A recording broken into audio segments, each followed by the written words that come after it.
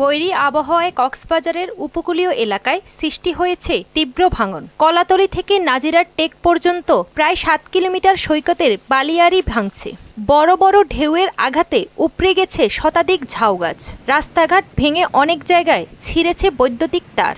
এতে হুমকির মুখে পড়েছে সরকারি ও বেসরকারি বহু স্থাপনা। জিওব্যাগ ফেলে ইট ও বালু দিয়ে ভাঙন ঠেকাতে কাজ করছে সেনাবাহিনীর সদস্যরা। আগত পর্যটকরা বলছেন, ভাঙন রোধে সংশ্লিষ্ট কর্তৃপক্ষকে প্রয়োজনীয় পদক্ষেপ নিতে হবে। ঢেউর স্রোতে এভাবে ভেঙে যাচ্ছে, ঝাউবনগুলো উজাড় হয়ে যাচ্ছে, এতে পরিবেশ অনেক বিপর্যস্ত হচ্ছে। এগুলো আমাদের অনেক ছায়া দিত, এখন কিন্তু ওইদিকে বসার মতো কোনো অবস্থা নেই। আমরা গত বছর আসছি, এই জায়গায় চমৎকার কিছু স্মৃতি আমাদের ছিল, তার ভেঙে গেছে, ঝাউবনগুলো মনে কিছু ক্ষতিগ্রস্ত হয়েছে।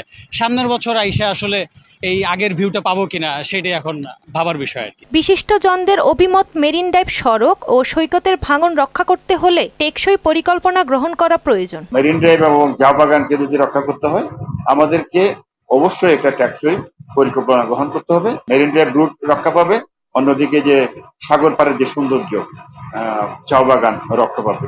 সাগরের করাল ঘাসে কবিতার চত্বর থেকে লাবণী পয়েন্ট পর্যন্ত প্রায় ২৫০ শতাধিক ঝাউগাছ জোয়ারের সাথে ভেসে যাওয়ার কথা জানালেন এই বন কর্মকর্তা। প্রায় ২ থেকে ২৫০ গাছ পানির জোয়ারের সাথে ভেসে চলে গেছে। এই বাগান আসলে রক্ষা করার জন্য আসলে আমাদের প্রাকৃতিকভাবে আসলে খুবই কষ্ট হচ্ছে। আমাদের সেন্ট মার্টিন থেকে শুরু করে আমাদের উপকূলীয় এলাকা সব জায়গায় কিন্তু এই ভাঙন দেখা দিচ্ছে। দ্রুত ভাঙন প্রতিরোধ করা সম্ভব না হলে মেরিন ড্রাইভ সহ সৈকতের একাধিক পয়েন্টে বিলীনের মুখে পড়তে হবে। তাহসিন তারিন, মোহনা সংবাদ।